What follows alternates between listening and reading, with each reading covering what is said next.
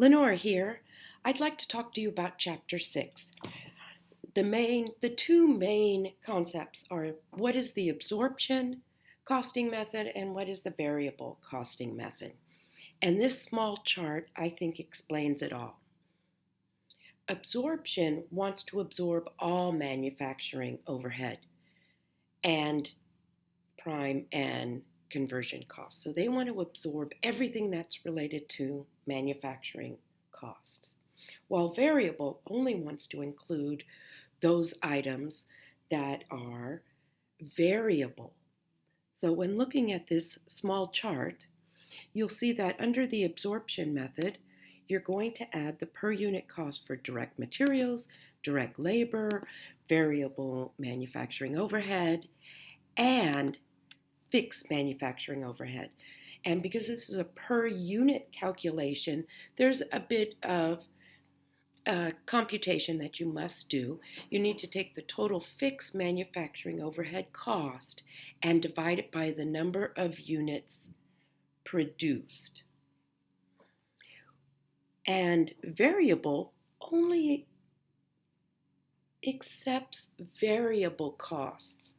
So direct materials, yes. Direct labor, yes. Variable manufacturing overhead, yes. All related to the product and the manufacturing of the product, but not fixed manufacturing overhead.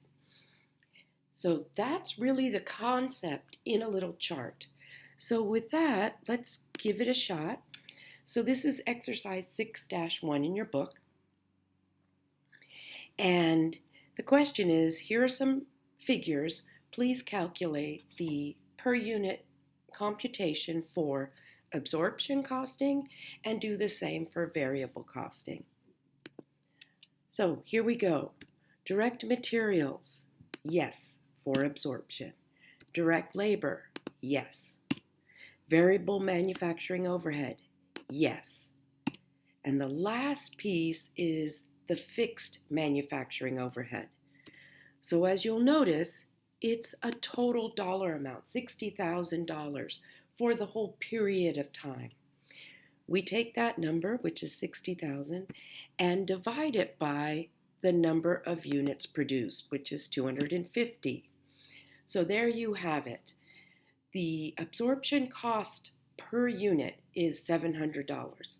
Let's do the same for the variable cost. Direct materials, yes. Direct labor, yes. Variable manufacturing overhead, yes. And that's it. So the variable cost per unit is $460, whereas absorption cost per unit is $700. So with that said, Lenore out.